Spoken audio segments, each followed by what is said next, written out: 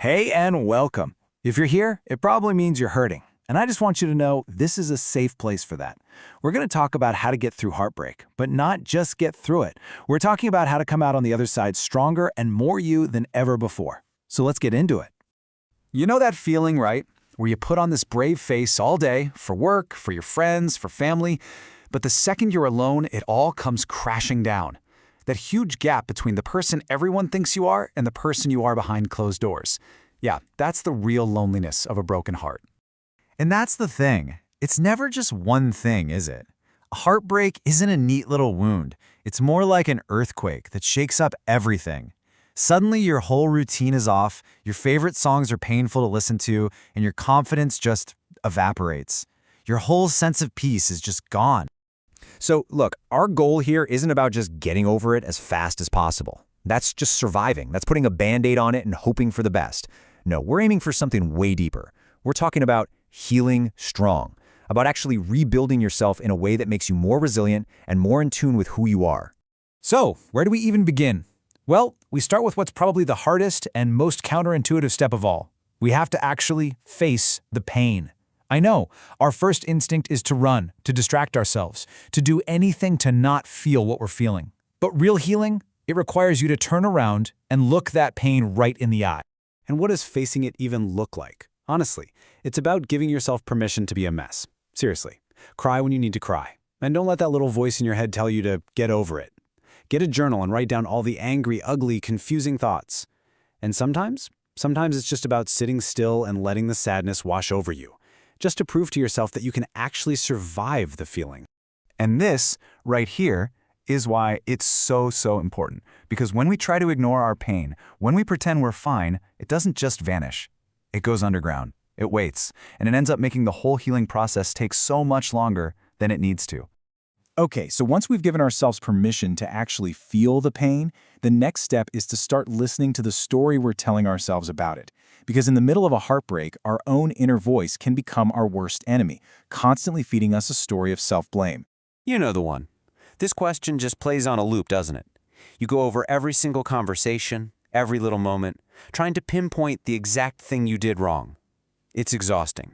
And then that question leads to this one, which cuts even deeper. It stops being about something you did and starts being about who you are. It attacks your very sense of self-worth. So I need you to really hear this. Someone choosing to leave does not mean you are a failure. It's not a grade on your worth as a human being. It's just the end of a chapter. That's it. Here's a new story to try on. What if it wasn't about you being broken? What if it wasn't about them being broken? What if the connection itself just wasn't right? Two perfectly good people can just be wrong for each other. Thinking about it that way, well, it can be incredibly freeing. All right, we've faced the feelings, we're working on the inner story. Now it's time to back that all up with real-world action. Because you can have the best mindset in the world, but if you keep reopening the wound, it's just never, ever going to heal. Now this part is tough, I'm not gonna lie. It takes real discipline, but it is absolutely essential. Every single time you check their Instagram, you're ripping the wound back open. Every time you read through old texts, you're just pouring salt in it. You have to give yourself the gift of space. And this brings us to closure. We have this idea that we need one last talk to get all the answers. But you know what? Real closure isn't something someone else gives you. It's a decision you make. It's the moment you decide for yourself, okay, I accept this and I'm moving forward now. A breakup leaves this void, right? All this time and energy that used to go to one place now has nowhere to go. So the key is to fill that space intentionally with things that build you up. Move your body, even just for a walk. Learn something totally new, anything. And please, please spend time with the people who look at you and see the amazing person you are. And just remember to be gentle with yourself through all of this. This isn't a race to the finish line. You don't just wake up one morning magically healed. It's a process. It happens one small choice at a time, day after day. One workout, one phone call to a friend, it all adds up, I promise. Which brings us to the final and maybe the most powerful phase of all. As you start to heal, you get this incredible superpower. You get to decide what this whole experience meant. You get to rewrite the ending of this chapter in your life story. So instead of looking back and only seeing an ending, only seeing what was lost, you can start to see it as a redirection.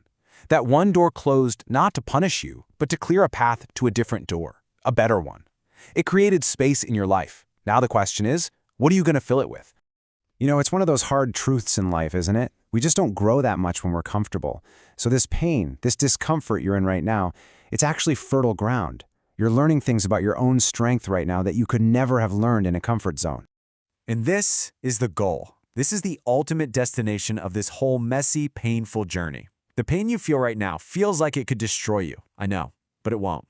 One day, you're going to look back at this exact moment and realize this didn't break you. It was the very thing that rebuilt you. So let's be crystal clear about this. Feeling broken is not a sign of a weakness. It's a sign that you loved, that you were open, that you're human. The real strength, that's found in the choice you're making right now, just by being here, to show up for yourself and to start the process of healing. So I want to leave you with this question. You are the author of your own story. This painful chapter. It's coming to an end. But the book is far from over.